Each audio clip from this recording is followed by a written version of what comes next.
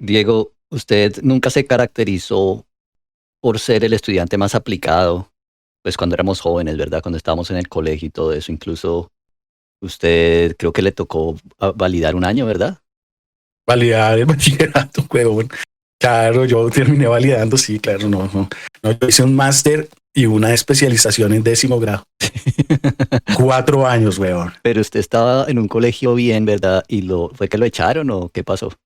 Me descolarizaron, ya no se querían meter ni siquiera en el enredo de tenerme que echar, pero me descolarizaron. Entonces me mandaban las tareas a la casa y cuando me di cuenta tenía tantas tareas que hacer que mejor fue perder el año, huevón. Entonces ya perdiendo el año, se lavaron las manos y dijeron, ya se cagó el año. Ya, señor, busque ese colegio. Usted tuvo lo de estudiar desde la casa 20 años antes del COVID. Señor, usted es un virus. Aíslese, por favor. Sí, conmigo hubo un profesor que yo creo que era como un profeta y me dijo, una vez haciendo un ejercicio creo que esto ya lo he contado acá, es como una terapia. Y me dijo delante de todo el salón, una manzana podrida. ¿Sí sabe cómo termina eso? Una manzana podrida daña a las demás. Y entonces así fue como... Quedó traumatizado con eso. Con esa huevonada de ese señor. Pero Olimpo. Es que ahora yo no sé cómo se llamaba ese señor Olimpo. Era un viejito ya en esa época. Olimpo, me parece que, pero es que no sé si estoy acá distorsionando, pero Olimpo Cárdenas, que podría ser el de, no sé. Es un cantante, ¿no? Pero sí se llamaba Olimpo el degenerado ese en donde quiera que esté. De pronto nos está escuchando, quizás de la prisión. En su frecuencia infernal. Es el castigo que le impone el demonio. La manzana podrida tiene un podcast.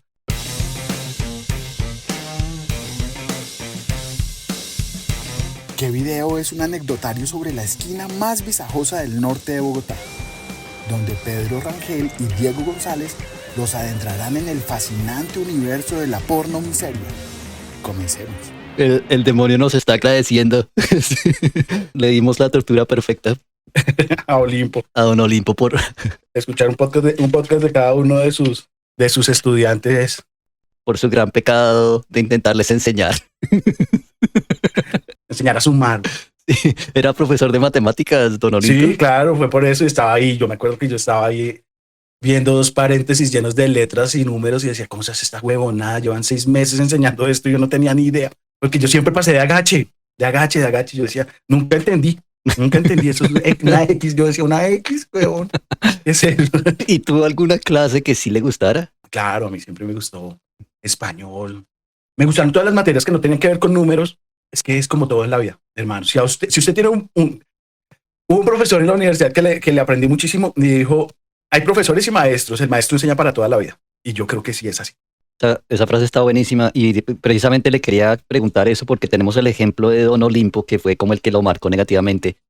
Durante el colegio, ¿usted tuvo algún maestro, como usted lo pone en esa frase, alguien que le enseñara para toda la vida, que usted dijera, sabe que recuerdo a esta persona y la recuerdo como con cariño? No, en el colegio no. No, yo creo que tuve buenos profesores porque me enseñaron a querer como el español y como ciertas cosas y como, sobre todo yo podría decir que me enseñó querer el arte. Sí. El arte como tal. Un profesor de 9º, 10º grado, que es el que termina la final echándome el colegio, porque era mi profesor, ¿cómo se llamaba? El director de curso, ¿cierto? Ah, sí, teníamos un director de curso. Entonces a él fue el encargado de eso. Pero ese señor, digamos, ese año, que se llamaba Germán Espinel, nosotros llegamos a un colegio en Cota y súper bonito y tal, todo bien organizado. Y nos dieron la oportunidad de pintar todas las paredes del colegio, de hacer murales. Y pintamos todo el colegio. Y entonces, porque así me involucraba en esas cosas. Claro, eso es muy bacano. Sí, me hago entender, era un potencial ahí, pero la gente como quería que fuera ingeniero. Pero ¿quién quería que fuera ingeniero? ¿Por qué? No, pues las instituciones estaban diseñadas para eso, para que el que fuera matemático era exitoso y el resto éramos unos vagos, ¿verdad? Sí, pero a mí no me parece que sea tan así. Bueno, no sé. Sí, hay un montón de gente y familias enteras de el que sabía las matemáticas era el exitoso, el que tenía un camino y tal, y el resto era una cosa así como la guitarra, weón, eso no da. En mi libro, weón, todo eso es un mensaje que mandan todos, gente que se hizo de música y los papás les terminaron diciendo, muy chévere lo de la guitarra y muy tal, pero usted arquitecto o usted médico. Sí, definitivamente hay una resistencia al arte por parte de las generaciones anteriores, porque yo me imagino que usted como papá o como mamá, pues usted desde su perspectiva quiere que la vida de su hijo sea lo más fácil posible. Y en esa época, al menos como papá o como mamá, usted se imagina que pues si el chino sale médico, pues trabajo va a tener y le va a ir bien. Si el chino sale o la muchacha sale abogada, también trabajo va a tener y esto, pero pues si lo del arte es bien complicado, bien complicado. O sea que si hay recursos para tanto artista y todo esto, entonces yo me imagino que es una decisión así y por eso los empujan. Pero lo que me parece, o sea, en esa parte estoy de acuerdo, lo que no estoy tan de acuerdo es que tenga que ser matemáticas, ¿verdad? Porque, Sí, no, pero sí era como todo, todo muy relacionado con los números. sí, Sea así, fórmulas químicas o ya. esos eran los listos. Estamos hablando de hace 30 años, Pedrito. Sino que pensaba también que la otra profesión que usualmente se respeta mucho es la abogacía y en la abogacía pues Sí. no se requiere tanto eso, pero sí hay bastante énfasis en la matemática. Mi papá, que es un abogado comercial, era tanta la presión en esa época y es pésimo. Nosotros estamos marcados por los números. Entonces mi papá tampoco es bueno para los números. Ya, Y él para pasar, pero era tan mecánica la forma de aprender que era como los ejercicios del álgebra. sí, ¿Tan? Entonces mi papá lo que hizo fue aprenderse mecánicamente esos ejercicios. Y cuando se los pusieron, pues simplemente pasó lo repitió en su cabeza. es una receta O sea, él no sabía desarrollar el ejercicio, sino él hizo línea por línea lo que se acordaba en su cabeza y así pasó de la receta, claro. de la receta. O sea, matemáticas no sabía ni cómo se hacía la operación, simplemente copió una cosa en una página y con eso pasó. Pero no hizo el proceso intelectual que requiere hacer el ejercicio. Claro, esto de que sea una receta abre la pregunta de si el computador está haciendo matemáticas o está entendiendo, porque el computador, y ya estoy hablando antes de inteligencia artificial y todo esto, pues también puede repetir la receta igual que lo hacía su papá, pero uno no diría que el computador está entendiendo lo que está pasando, ¿verdad? Sí, claro, no, totalmente. Yo creo que el computador no lo entiende, él hace solamente como ejercicios como tal. Esta semana, pero no leí la noticia completa y hablaba sobre cómo computadores se están conectando con otros computadores ya, ¿no? No la he leído, pero no me sorprende, no me sorprende. Sí, están investigando eso porque es muy ciencia ficción ya como la intercomunicación en las máquinas. Tengo que encontrar desde la semana pasada porque es un tema bien interesante de cómo la ciencia ficción casi siempre termina, es como una profecía. Claro, claro, hay ciencia ficción que se vuelve profecía. Desde siempre, Julio Verne, que predijo que se iba a recorrer el mundo en 80 días, que en el momento que sale parece una locura, que el mundo es tan grande que la gente se imagina cómo va uno a recorrer el mundo en 80 días y ya pasamos al mundo en 80 minutos prácticamente. Bueno, Verne ese señor visualizaba muchas cosas, muchas cosas de las que estamos viviendo ahorita. Bueno, el viajar a la luna, el viaje al fondo del mar, muchas cosas. claro, y al final pues los artistas tienen el pulso en el subconsciente colectivo. Cuando vemos una historia que a mucha gente le llama la atención, de alguna manera significa que la humanidad está apuntando a esas cosas. Si Julio Verne escribe sobre viajar a la luna, de alguna manera está diciendo la humanidad quiere llegar allá. Y si la humanidad se lo propone, va a pasar. ¿Sí? O si queremos que el mundo se vuelva más pequeño y que lo podamos visitar en menos tiempo, si la humanidad lo quiere, si eso es lo que yo estoy viendo, que la humanidad como que le parece esto interesante, se va a demorar lo que se demore, el tiempo que se requiera en llegar a ese objetivo, pero si la humanidad se lo propone, lo va a lograr. Además que creo que son unos tipos muy ilustrados. Entonces tienen un panorama muchísimo más amplio que los demás. Entonces dicen, mire, esto es lo que hemos hecho, esto es lo que tal cosa, este es como un avance. Tienen muchas lecturas en la cabeza, entonces pueden ir armando el rompecabezas más que nosotros. Nosotros después vemos esas lecturas de hace 100 años y decimos, este señor, claro, este man la tenía clara por esta razón.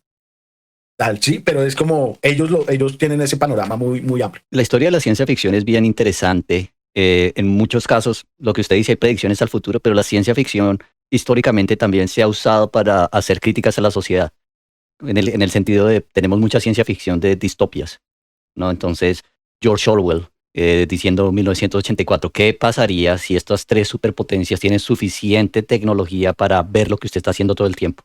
El gran hermano. Y quizá tecnológicamente la descripción no es precisa, pero socialmente la descripción está ahí, ¿sí? Entonces el Estado va a hacer esto, ¿sí? O Aldous Huxley con Valiente Nuevo Mundo, ¿cómo se llama en español ese libro? No sé, pero era El Mundo Feliz, ¿no? Ah, sí, en español es Mundo Feliz. Sí, en inglés se llama Brave New World, que traduce Valiente Nuevo Mundo. Y es, ¿qué pasa si tenemos una manera de obtener placer con una droga? ¿Cómo cambia eso la perspectiva? ¿Qué pasa si no nos vamos a morir? ¿Cómo cambia el humano? ¿Qué pasa con el humano? Sí, en ese sentido. Entonces hay muchas críticas a, cómo a la sociedad actual cuando vemos ciencia ficción. Y esa, es de hecho interesante ver, por ejemplo, qué tipo de ciencia ficción se está produciendo en este momento. Fahrenheit, ¿no? Fahrenheit 451. ¿Qué pasa si el Estado tiene suficiente poder para prohibir los libros? Sí, para quemarlos.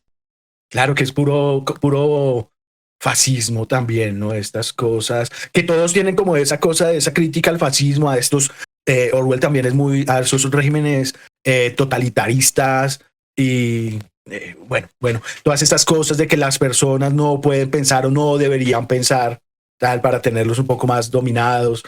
Eso lo estamos viendo justo en este momento, o tal vez lo hemos visto muchas veces, pero en esta, como es como tal vez nuestra coyuntura, nuestro momento. O lo estamos viendo de nuevo, ¿verdad? Sí, muchas veces vimos esto en 1984, por eso es un clásico. El libro fue escrito en 1958, ¿no? Porque lo que hizo él fue cambiar el 58 lo Sí. cambió a 50, sí, el 48, perdón, 48, 1948 lo cambió a 84. Y lo hemos visto varias veces, sí, o sea, con el régimen de Stanley y todo esto. Y ahora lo estamos viendo de nuevo. Esto sí se tiende a repetir. Pero lo que yo le quería decir es que, bueno, todo esto lo estamos viendo también, lo de Aldous Huxley, lo de la restricción de la información de Fahrenheit 451 con prohibir ciertos libros o prohibir ciertos medios. Pero lo que le quería contar es, o que le quería reflexionar es, por ejemplo, cómo era nuestra relación con las inteligencias artificiales en ciencia ficción antes y cómo está cambiando.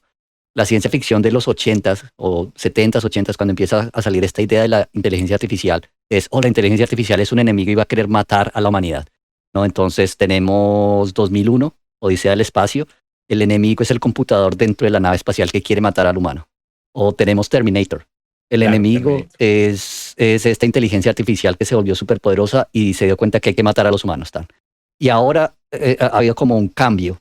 Y usted mira las películas de ahora y ahora la inteligencia artificial está tratando de ayudar a la humanidad. Entonces como que hay un cambio ahí. Estamos ya no percibiendo a la inteligencia artificial como un enemigo, sino que la estamos asimilando. Pero también nos están vendiendo el producto, ¿no? O también es una venta del producto, ¿no? También es una venta del producto, de lo que pasa, de cómo nos dicen ya esto toca aceptarlo, ¿no? Esto toca aceptarlo.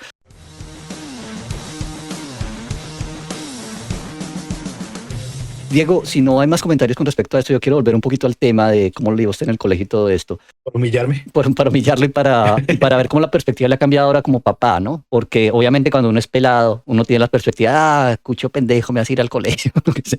Sí. Sí, y ahora que usted es papá, ¿usted cómo afronta eso? Pues creo que la experiencia es la que manda, pero bueno, en el caso es que somos dos personas, ¿cierto? Mamá y papá, y ella es más, aunque ella diga que no, ella es más tradicional en el sentido de que el niño tiene que aprenderse esto y de memoria y tal. Y sé que es de los primeros lugares y yo soy más de... Ajusticiarlo, darle juguetes, sino... No de decir, vale huevo. Pues a mí también me parece que no importa, la verdad. Y no me importa el lugar que esté en el salón, tal cosa, porque de verdad no tiene relevancia en ningún... O sea, de pronto para su ego en el futuro, cuando usted tenga, no sé, es que yo era el primer lugar en la primaria, güey. Y uno dice, bueno, Yo no sé, no me parece saludable estar viviendo pensando, yo era el mejor hace 20 años. Hermano, hace 20 años eso ya pasó, hermano. Sí, eso ya, chévere, vivió su momento, pero ya déjelo ir, hermano. Sí, totalmente. Pero entonces yo creo eso, yo creo que no, eso no tiene importancia. Creo más como en la de que no se vaya a frustrar en este momento, que no lo vayan a quemar en este momento, porque tal vez no sea bueno en algunas cosas, pero tiene otras en las que hay que potencializarlo. Y lo que no es bueno para ahora, para que no lo quemen, mañana puede ser que, si no está quemado, diga, esto está muy chévere, tal cosa, es otra forma, ¿sí? Mientras usted ya tiene la frustración, es muy difícil de... Y además que me parece lógico, nadie es bueno en todo, hermano. Y pues incluso así usted sea bueno en todo, pues usted tiene que escoger como en lo que es mejorcito para tener una ventaja sobre los demás y ayudarle más a la sociedad, ¿no? O sea, si usted decide que usted lo mejor es en documentar, en su caso, ¿no? En documentar, pues especialícese en eso. Básicamente lo que hacen los países. Un país dice, Colombia, tenemos café, pues produzcamos café, que es en lo que somos buenos, ¿verdad? O entonces es lo mismo con personas. Y opino lo mismo, que frustrar a la gente al final termina siendo más dañino que decirle eso que ahorita no le gusta, no es bueno, porque no nos enfocamos mejor en lo que importa. Lo que importa para mí, que siempre parece que es relevante, es aprenda a ser buena persona, ¿sí? Que eso, como que mucha gente asume que eso es natural en los humanos y yo creo que eso es algo que hay que aprender también, o sea, a ser empático con los compañeritos, todo eso, sí, me parece que eso al final es más importante, desde que el chino no esté pegándole a los otros o... Eso es más importante, toda la vida, enseñarles ese tipo de cosas porque de resto son cosas que va a aprender por el camino y habrá cosas que le van a servir y habrá cosas que le enseñan en la escuela que no le sirvan. Pero ser buena persona o tener educación o tener modales, que modales me refiero al buen trato simplemente, eso es vital, eso sí le va a servir, eso le va a abrir las puertas, eso le va a decir, este es una buena persona, este tipo es chévere tenerlo cerquita. Y no un arrogante, un soberbio, alguien que no ayuda a los demás. O que les pone trabas, porque hay gente que va incluso al otro extremo, ¿no? Que dice, oh, la única manera que yo tengo de ser feliz es hacer infeliz al otro, ¿sí? Entonces, y también yo creo que eso ayuda más a la felicidad de la persona, o sea, me parece que la gente que tiende a ser más feliz en la vida es gente, pues, que se la lleva bien con otros, ¿no? O sea, que la vive tranquilo, la vive suave. Muchas cosas, lo que usted dice, muchas cosas que le enseñan a uno en el colegio, yo diría el 99% no le van a servir a uno en la vida, o sea, a mí que me importa que la mitocondria le da la energía a la célula. Eso, claro, totalmente. Eso es lo que a mí me pasó con los ejercicios algebraicos, hermano. No he utilizado uno en ningún momento de mi vida que no digo, está muy chévere que a usted le haya servido, porque usted tenía esa cosa dentro. A mí no me sirvió. Sí, como a otra persona no le sirvió un poema de Pablo Neruda. Y a otra sí, a otra persona encontró sentido en eso y decir, es que lo que quiere decir es tal cosa. Claro. Y en su momento eso rescata a una persona, o en su momento un ejercicio algebraico rescata a una persona que dice, yo entiendo esto perfectamente, me gusta esto es una opción de vida para mí, esto es un camino para mí. Entonces, pero lastimosamente en nuestra sociedad habían solamente unos pasos y lo demás estaba cerrado. También porque somos una sociedad muy, pues, del tercer mundo, en donde alguien en el libro también me dice esto, es que en Colombia hay para uno o dos y el resto a buscar en otro lado. Y es así, lastimosamente es así. Entonces es como las universidades, salen, no sé, de mi generación salieron 30 personas de periodismo. ¿A dónde se van a parar si hay 6 medios? Sí. Y salen cada 6 meses. ¿A dónde? Pues a un taxi, hermano. Muchos les toca un taxi, ¿verdad? Sí, eso es interesante. Yo también, pues, como para hacerle una defensa a la generación anterior, ¿no? Como para no criticar tanto lo que hacía su papá o los papás de nuestra generación. No, que se los agradezco muchísimo, era el sistema. Yo creo que desde la perspectiva, por ejemplo, de alguien como su papá, y pues si su papá nos está escuchando y quiere dejar el comentario y mandarnos un audio diciendo cómo usted no está contando que usted era insoportable en la casa o qué sé yo. O mandarnos a la porra. Sí. Yo creo que pues, desde la perspectiva de él diría como, oiga, yo no sabía matemáticas y lo que usted y yo aprendí los pasos y lo dice, no me sirvió para nada en la vida aplicar los pasos de nuevo, pero si yo pude, como mi chino no va a poder.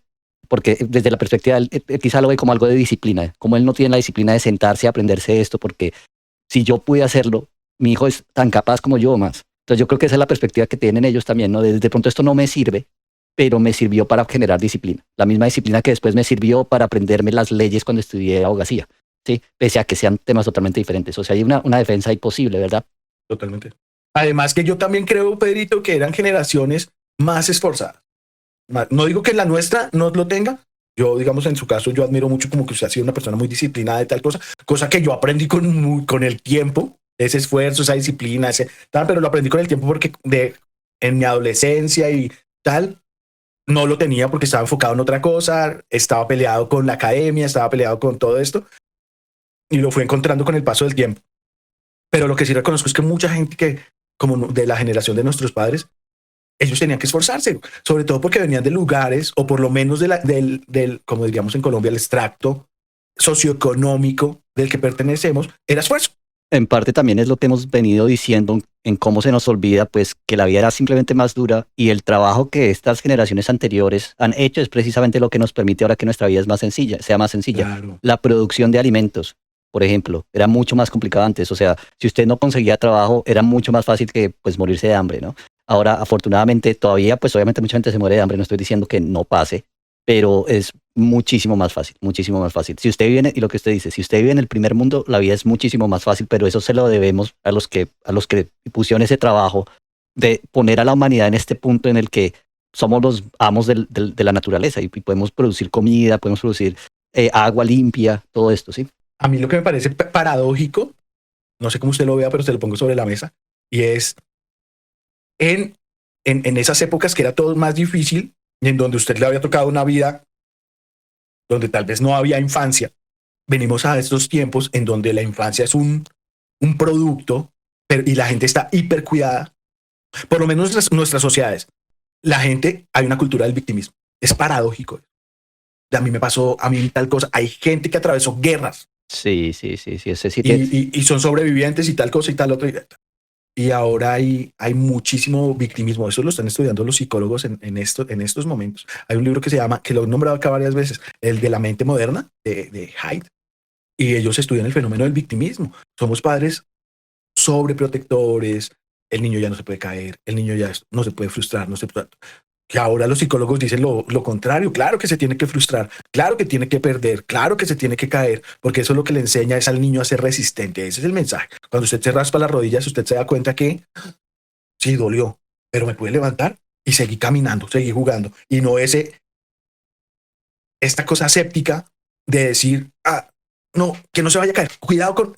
Entonces los hacemos casi que les ponemos en una burbuja y al niño ya no le pasa nada. O los padres helicóptero, que es el concepto del papá que si me llaman ahorita mismo del colegio, usted sale y corre para allá. ¿Qué le pasó a mi hijo?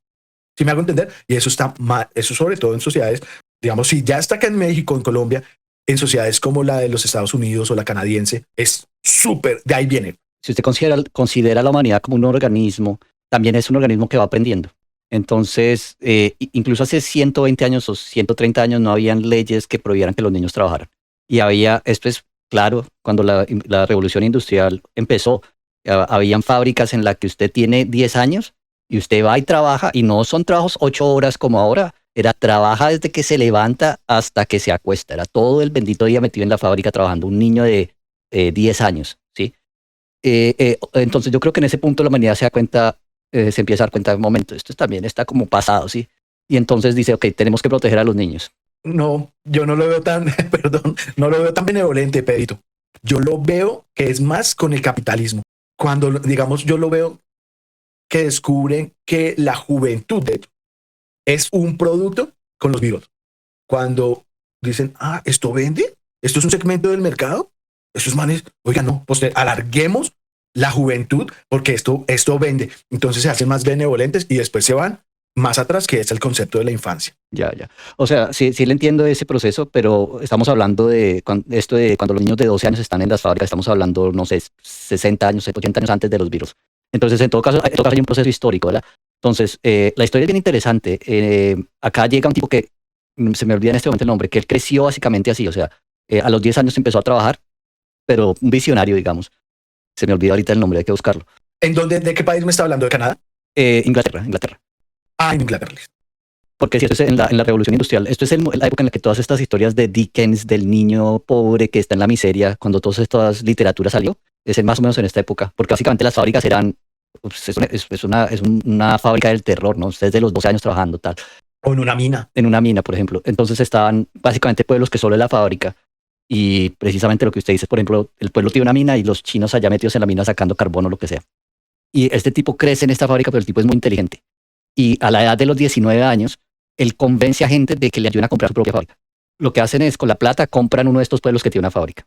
Porque básicamente era así, usted compra el pueblo, usted es dueño del pueblo, usted ahí hace todo lo de la fábrica. Y él dice, entonces él empieza a implementar cambios. Por ejemplo, una cosa que pasaba era que si usted empieza a trabajar desde los 10 años, empieza a tomar trago, porque así era, ¿verdad? O sea, usted a los 10 años está trabajando, si le alcanza a ahorrar algo para comprar trago, usted lo compra. Entonces los niños empezaban a tomar muy jóvenes, que eso ya ahora sabemos que eso tiene una cantidad de consecuencias, ¿verdad? Y entonces empieza a implementar cambios y al principio la gente desde la fábrica le dice, no, esto no. Hasta que se dan cuenta que realmente hay una crisis y la fábrica no está produciendo. Y él saca de la plata de él para todavía pagarle, pese a que no tenían nada que hacer. Y entonces hay como que para pagar la ronda. Sí, para pagar la ronda. Pero entonces hay como que la gente, el pueblo se da cuenta que el tipo realmente sí los quiere ayudar y que los cambios no son pues En contra. en contra, sí, porque cada vez que hay cambios la gente resiste, pese a que sea para usted, para su bien, la gente dice, no, no, así no es como hacemos las cosas, ¿sí? Los niños se les debe dejar tomar, ¿sí? Que pues, pero sí, entonces él empieza a implementar cambios, como ahora solo vamos a trabajar 8 horas, ta. Y lo que pasa es que eventualmente la fábrica produce ganancia y la gente está más contenta. Entonces, eso lentamente empieza a hacerle a otras personas notar que usted no necesita explotar a la gente de la manera que la explota y puede darle más tiempo libre, y con el tiempo libre la gente también empieza a gastar más, porque si lo que usted dice, esto tiene una componente capitalista, ¿sí? Y eventualmente, o sea, esto es un proceso, esto no pasa de la noche a la mañana, eventualmente se empiezan a pasar leyes de no, los niños no van a trabajar, pero de nuevo, esto es mucho antes de pensar en explotar a la juventud económicamente, como obviamente ocurre eventualmente con lo que usted dice con los Beatles, por ejemplo. Y yo creo que la humanidad se da cuenta que sí hay que proteger a los niños hasta cierto grado, pero entonces de pronto lo que pasa es que se empieza uno a ir mucho hacia el otro lado. Mucho hacia el otro lado, no hay que súper protegerlos. Y yo creo que ahora estamos en el proceso de darnos cuenta, que creo que estos libros que usted menciona están sonando las alarmas, de darnos cuenta que se requiere cierto tipo de dureza, de problemas durante la vida para generar fortaleza mental, ¿sí? Y eso es ahora lo que nos damos cuenta. Entonces me imagino que eventualmente la humanidad va a encontrar un balance. Porque esa cosa de el niño no se puede frustrar. Y el niño se tiene. Es que son cosas que se lo pide a usted el cerebro. Y la vida es el papás resolviendo los asuntos de niños chiquitos. De niños. No, es que fulanito me le hizo y eso, tal cosa. Si la niñez es un ensayo donde socializan y resuelven sus problemas para cuando lleguen a una etapa más, no sé, a la juventud, lo sepan resolver en su forma, en su momento, y cuando seamos adultos ya, tal, pues usted ya resuelve esto y ya sabe que no se tiene que ir a las manos como lo haría a los 14 años, sino a los 40 usted dice, no, venga, conversemos, tal cosa, así que ¿cómo lo podemos resolver? Sí, aceptar que usted tuvo la culpa y para resolverlo, si me hago entender, y no la negación de eso como lo haría un niño de no, o me voy y me refugio en mis papás para que me lo ayuden a resolver, sino tener las herramientas. Exacto, y esa falta de herramientas, yo estaba pensando en eso hace un par de semanas, esta falta de herramientas yo creo que empieza a relacionarse con el ascenso del fascismo de nuevo. Mi teoría es la siguiente, o lo que yo estaba pensando hace un par de semanas es lo siguiente. Si tenemos ya casi una generación que no sabe cómo defenderse de los bullies, simplemente no sabe porque cada vez que hay un bully, llegó el mayor y dijo, no, separemos tal, no crearon las herramientas. Y se encuentra esta generación con Donald Trump, que es un bully. Es un bullying. Y no saben cómo pararlo, o sea, no tiene una herramienta de decirle parémoslo. Usted ve, la gente que lo intenta parar, usualmente es gente mayor. Cuando estaba vivo, por ejemplo, el senador McCain, era uno de los que decía, no, esto es lo que está diciendo, pese a que ambos somos republicanos, esto no es correcto, esto no es por lo que queremos hacer. Ahorita está el senador Paul Rand, también es otro que es de una generación anterior, diciéndole, no, lo que está haciendo la agencia de inmigración, esto, llamémoslo lo que están matando a la gente, ¿sí? Y pese a que este personaje también es republicano, se saben parar y decir, solo porque somos de esto, no vamos a vender nuestra alma, que es lo que está pasando, ¿no? Pero entonces yo creo que eso, no poderse defender de los bullies, tiene este peligro, que puede llegar a alguien, una amenaza como estas, y no sabemos, yo creo que hasta ahora es que la gente se está poniendo a decir, no, tenemos que parar a este tipo como sea, ¿verdad? Entonces yo creo que hay una relación ahí, ¿verdad?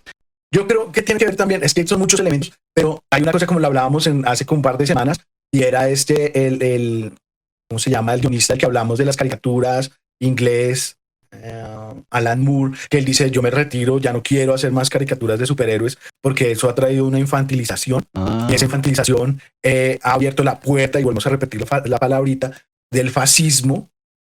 Entonces todo es como se va hilando, Pedrito. Es decir, estas teorías y estos están desde la televisión, que es el aparato que está para mandarnos ideas, para vendernos productos, para vendernos ideologías, entre todos los productos que nos venden, ¿no? La ideología es uno más. ¿Está conectado? Yo creo que sí. Yo también creo que todo eso está conectado. Hablando de la televisión, Chuck Palahniuk, que escribió El Club de la Pelea, tiene una frase bacana con respecto a eso, y atándolo con lo que dijimos del Gran Hermano, ¿no? La idea del Gran Hermano es que el Gran Hermano tenía cámaras por todo lado y veía todo lo que usted está haciendo. Y lo que dice Chuck Palahniuk es que en realidad lo que pasó es que el Gran Hermano no son las cámaras que estamos viendo, sino son el hecho de que usted está viendo la televisión. ¿Sí? Entonces se reversa, ¿sí? Usted se vuelve el que mira, pero el hecho de que usted sea el que está mirando es una mejor manera de controlarlo que cuando usted lo están viendo. Porque además usted ya se vuelve el sujeto quieto. Exacto. Usted ya no exacto. tiene acción, usted está enfrente del aparato, pero usted no se está moviendo. Usted Exacto. ya sabe que está viendo televisión. Usted no está sobre el techo de una casa. Usted no está armando una revolución. Usted no está teniendo ideas que sean peligrosas para el sistema, porque la televisión le está dando a usted las ideas que el sistema quiere que usted consuma, ¿verdad? Es que hay muchas cosas muy interesantes en esto, porque también está la otra porque usted puede estar, es que es según el artefacto que tenga enfrente, ¿cierto? Si el artefacto que usted tiene enfrente es un celular, está inactivo, a menos de que ese celular o esa tablet la esté utilizando para una cosa, la lectura, porque la lectura usted se pone a vivir mundos que no son egoístas. Usted está viendo, si usted está leyendo un libro de Club de la Pelea, usted está en ese mundo, su cabeza se está moviendo. ¿Qué me están queriendo decir? Se le está activando un montón de cosas. Lo pone a pensar. Si usted está viendo, un aparato, está viendo Instagram en el scroll infinito, su cabeza no está pensando. Hay dos cosas que quisiera mencionar ahí. La primera es que cuando usted tiene multimedios, pues su cerebro tiene que estar más pendiente de poner atención de alguna manera, porque usted lo tiene. La parte visual está comprometida, la parte auditiva está comprometida, ¿sí? Cuando usted está leyendo un libro, usted tiene campo para parar en el parágrafo y pensar, oiga, esto sí tiene sentido, tal, para ser más activo. Eso es una componente. La segunda componente que quería mencionar ahí es la parte económica. Escribir un libro ahora es mucho más barato, ¿verdad? Y por tanto, pues usted puede escribir un libro de muchas ideas que quizá no le sirven a nadie, ¿sí? O bueno, que quizá van contra el sistema. Producir una película cuesta una cantidad de plata. El que produce la película tiene que pensar cómo voy a recuperar mi plata para la plata que estoy invirtiendo.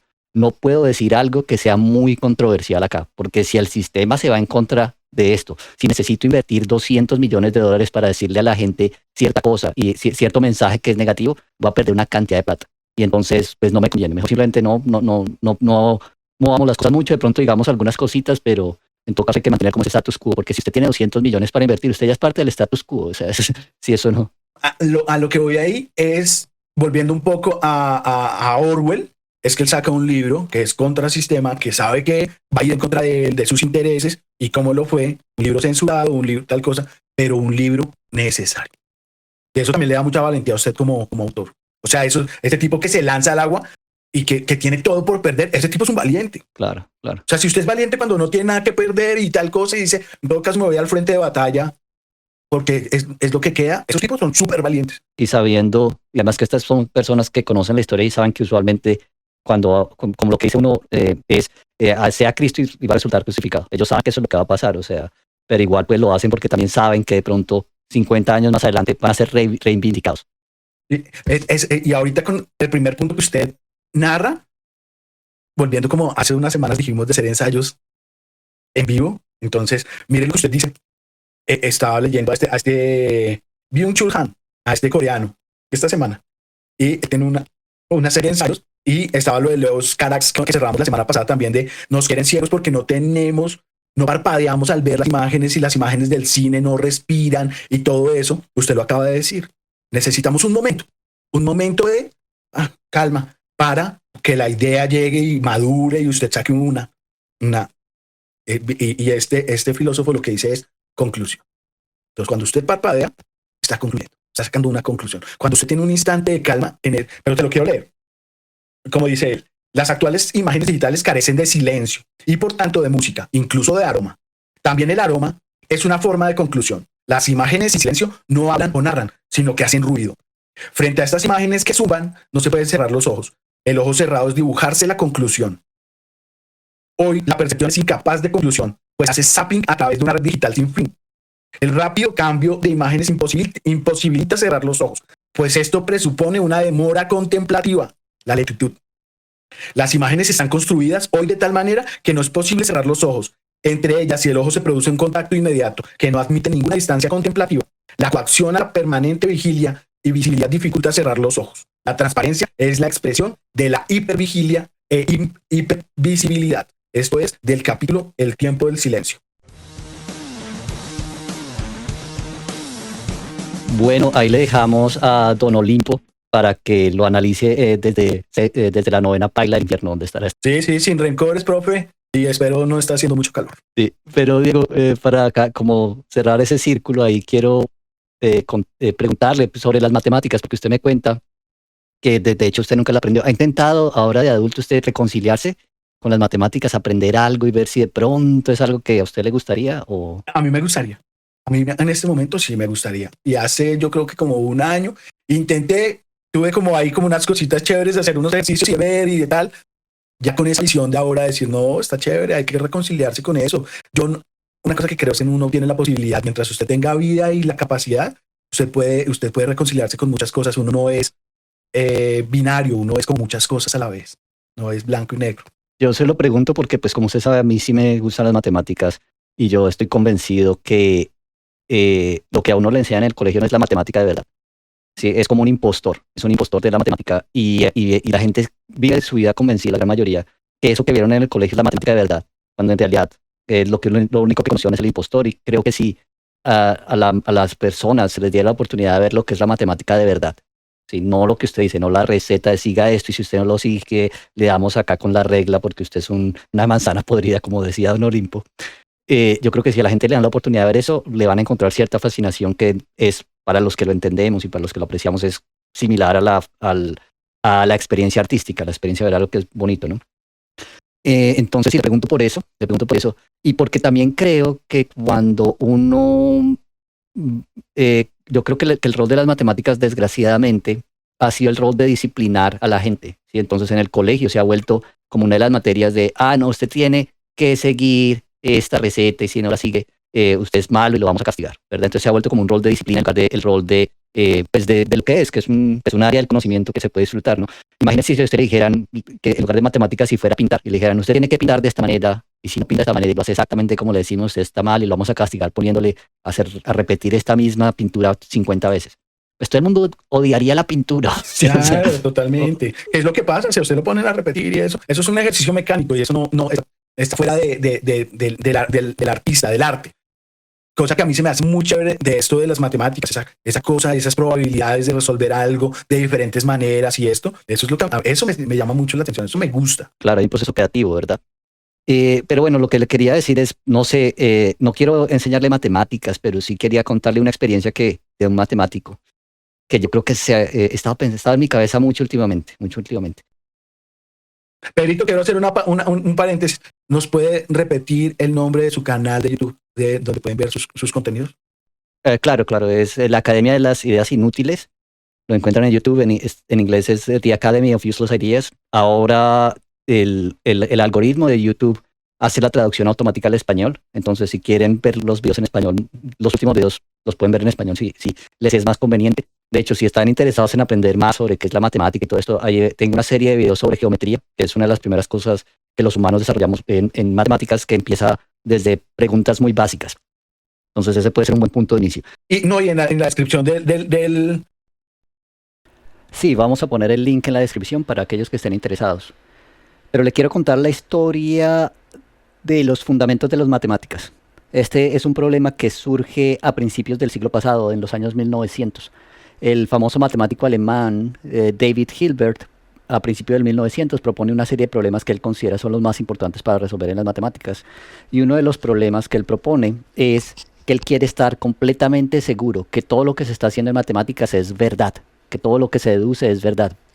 Y en esa época, pues la gente pensaba que esto era una cuestión técnica y que obviamente las matemáticas siempre eran verdad. Y simplemente era una cuestión de pulir lo que se sabe e intentar encontrarle la explicación. Pero 30 años después, otro matemático también alemán, Kurt Gödel, aparece y produce una prueba que sorprende al mundo de las matemáticas. Y la prueba dice que si usted está haciendo matemáticas suficientemente complicadas, por suficientemente complicadas me refiero a matemáticas en las que usted tiene sumas y multiplicaciones, no es nada, ni siquiera muy complicado. Cualquier matemática que pueda explicar esto, no puede probar que es consistente, no puede probar que lo que está probando es verdad.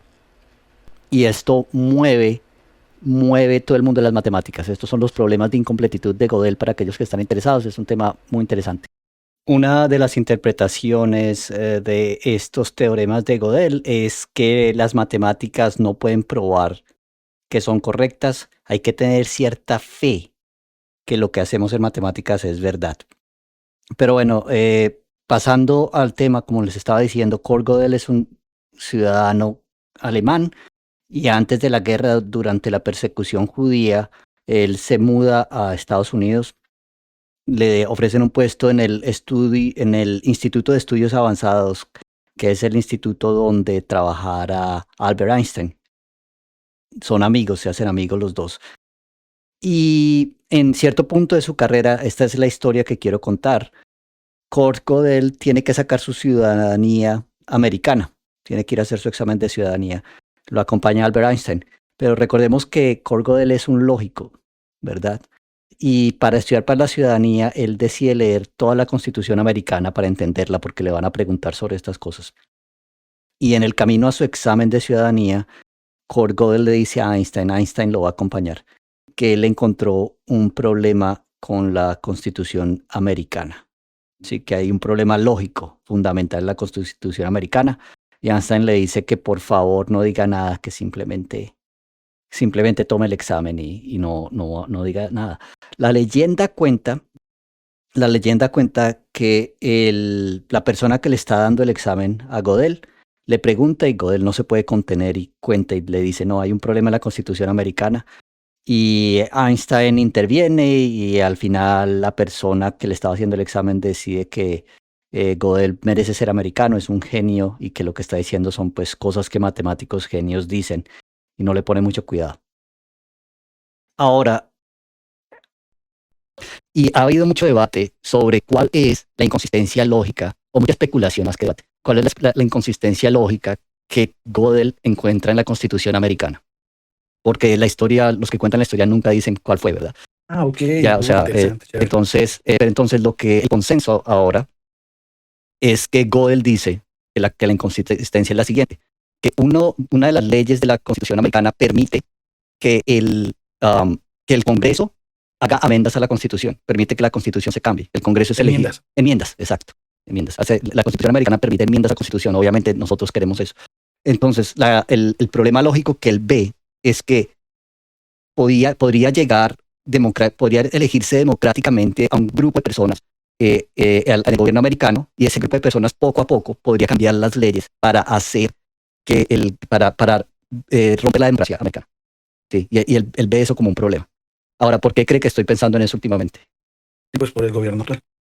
Exacto, sí. O sea, se empiezan a hacer pequeñas correcciones, ¿no? La corrección no tiene que ser, o vamos a acabar con la democracia. El problema que Gödel presenta es, podemos empezar a cambiar las leyes poco a poco, y cuando nos demos cuenta, esto ya no es una democracia. Y esto es una persona, pues, de nuevo, alemán, que creció cuando subió Hitler. Entonces para él esto es un problema. Tiene una experiencia, ¿no? Exacto, tiene una experiencia. Entonces, para él esto es un problema de la Constitución americana. Ahora, yo pregunto, primero, veo que esto es muy real. Veo que sí está la posibilidad que se dañe la democracia a través de cambios pequeños que son imperceptibles. Se vuelve como esta metáfora de poner a la rana en la olla de agua fría y empezar a subir la temperatura hasta que se quema la rana y no se mueve porque el cambio es muy gradual, ¿verdad? Entonces, ¿qué podemos hacer, Diego, para evitar esto? Es que creo que para eso están las instituciones que deberían proteger a toda costa la Constitución, la Carta Magna.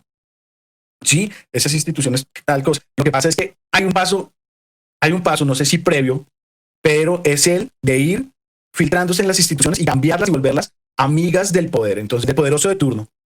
Entonces esas instituciones también deberían estar protegidas de ese tipo de cosas. No deberían tener relaciones, no debería ser el amigo tal, que era muy como se había llevado el juego hasta hace muy poco. Que eso yo creo que debe tener Pedrito, unos 20 años, esa cosa de irse filtrando y de no separar los poderes, tal, porque esa unificación es lo peligroso. Ahí está parte del problema, ¿verdad? Que el presidente de turno puede elegir a los que están en la Suprema Corte, pero la Suprema Corte es una de las ramas del poder, es uno de los que balancea a la rama ejecutiva. Si usted tiene a los jueces permitiéndole al presidente hacer lo que él quiera, pues allá empezamos a ver un problema, ¿verdad? Entonces, y todas las ramitas estas, y llegamos a los medios de comunicación, y los medios de comunicación transmiten la idea del gobierno, no la subvierten, no tienen opinión crítica, ni nada de eso. Entonces actúa como un canal más. Cuando se suma todo eso, es cuando hablamos de totalitarismo. Claro, está el cuarto poder, ¿no? Lo que se llama cuarto poder, que son los medios de comunicación. Y también vemos cómo el gobierno intenta tomar control sobre los medios de comunicación, que se ve obviamente muy claro en gobiernos como incluso el venezolano de Chávez, que dice, el canal ahora es público y yo voy a hablar los domingos y esta es mi plataforma, ¿verdad? Pero también se ve incluso en gobiernos como el americano, que ahora la Casa Blanca, para la gente los periodistas que dejan entrar tienden a ser más periodistas que están de acuerdo con el gobierno, están dejando entrar a influencers. Claro, a críticos que críticos. No hay críticos, ¿verdad? Claro. Entonces, y si alguien critica, entonces se humilla a la persona como un bully, hermano, así como un bully, decirle, usted está fea, entonces ¿por qué me está preguntando esto? ¿Eso qué tiene que ver, hermano? Sí, no tiene nada que sí, ver. no tiene nada que ver. A la periodista, ¿no? Sí, sí, la cerdita. Entonces, esto es un problema. Bueno, entonces, esa reflexión la quería dejar en cómo a veces, pues, muy chévere. Como todo esto, las matemáticas, pues, o bueno, no solo las matemáticas, yo creo que cualquier cosa que le involucre a usted pensar, lo ayuda a usted a darse cuenta de lo que está pasando. Y también quiero proponer una idea acá, ¿verdad? Porque cuando los cambios son muy graduales, lo que termina pasando es que usted no se da cuenta, le pasa lo que estábamos diciendo de la rana, ¿verdad? De la rana. Entonces, lo que yo le propongo a las personas es que en algún momento hagan el ejercicio de sentarse y decir, ¿qué es que si esto pasa, nos toca pararnos y hacer algo? ¿Qué es el punto? ¿Cuál es la línea? Marquen su línea en la arena y digan, esta es la línea en la arena. Si esto llega a pasar, tenemos que hacer algo. Y usted se va a dar cuenta. Si usted hace este ejercicio, también intente hacerlo pensando cuál hubiera sido mi línea en la arena hace 10 años, cuál hubiera sido mi línea en la arena hace 20 años. Y si lo hace honestamente, se da cuenta que muchas de las líneas en la arena que usted hubiera... Exacto, ya las pasamos. Entonces, póngasela hoy, escríbala, diga, si esto pasa, es que estamos en la inmunda y hay que hacer algo. ¿Sí? Y sea lo que sea. Por ejemplo, una cosa que pasó, que me parece se cruzó otra línea la semana pasada, es que yo hace incluso un año hubiera dicho, en la democracia americana, el gobierno nunca arrestaría a un periodista por reportar algo. Eso se esperaría de China. Sí, eso se espera de no sé, de ¿no? Corea, de Norcorea, una vaina así, hermano, sí. Incluso de Venezuela, sí. Sí. Pero en la democracia americana, arrestar a un periodista por decir algo, pasó la semana pasada. Entonces, hay que ver cuál es la siguiente línea que vamos a dejar. Esa es una línea rojísima. No, yo no estaba enterado de eso. Es una línea terrible. Sí, Don Lemon, por reportarlos, pues lo arrestaron y por estar reportando los disturbios en Minneapolis. ¿Cuál sería la siguiente línea? ¿Que lo fusilen? Esto fue ¿Qué video? Escúchenos cuando tenga tiempo. Y si nos quiere apoyar, hágalo sin mente. ¿Qué video? Es una producción de Zoofilia Controlada. Música y mezcla del maestro Maximiliano Ruiz. Idea y conducción, Pedro Rangel y Diego González. Gracias por escuchar.